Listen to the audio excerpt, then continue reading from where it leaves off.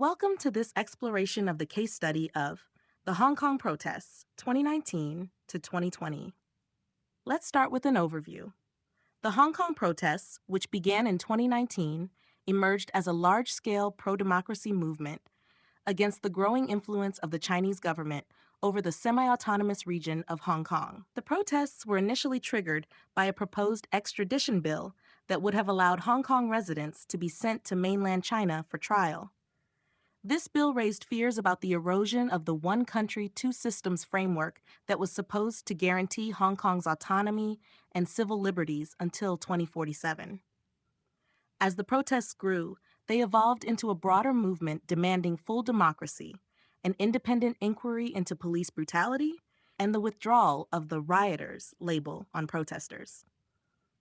The Chinese government and Hong Kong authorities responded with a combination of violent crackdowns, mass arrests, and the implementation of the national security law in June 2020, which criminalizes acts of secession, subversion, terrorism, and collusion with foreign forces. The movement has since been significantly suppressed, but it has left a lasting impact on Hong Kong's civil liberties and political landscape. Now let us discuss how this case study relates to key IB global politics concepts. 1. Legitimacy. The protests highlight questions of political legitimacy, both for the Hong Kong government and the Chinese central government. Many Hong Kong citizens viewed the proposed extradition bill and the subsequent response by authorities as an overreach of power and a violation of the promises made under the one country, two systems framework.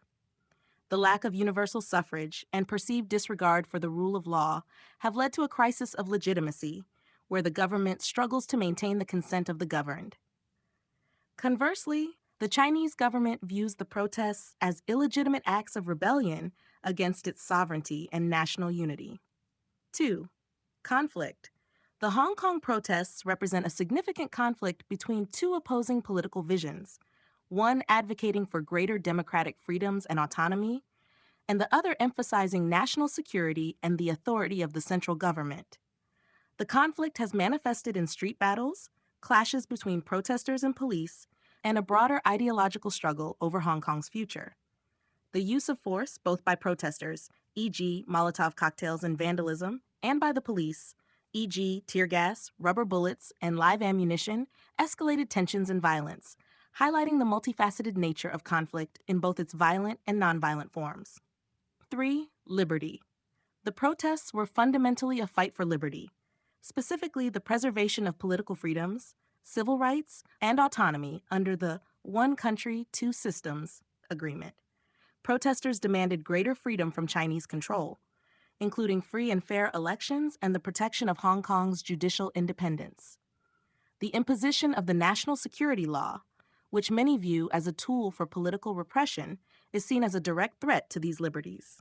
It restricts freedom of speech, assembly, and political expression, challenging the protesters' desire for greater democratic freedoms and highlighting the tension between state control and individual liberty. Thanks for listening, and good luck with your IB Global Politics exams.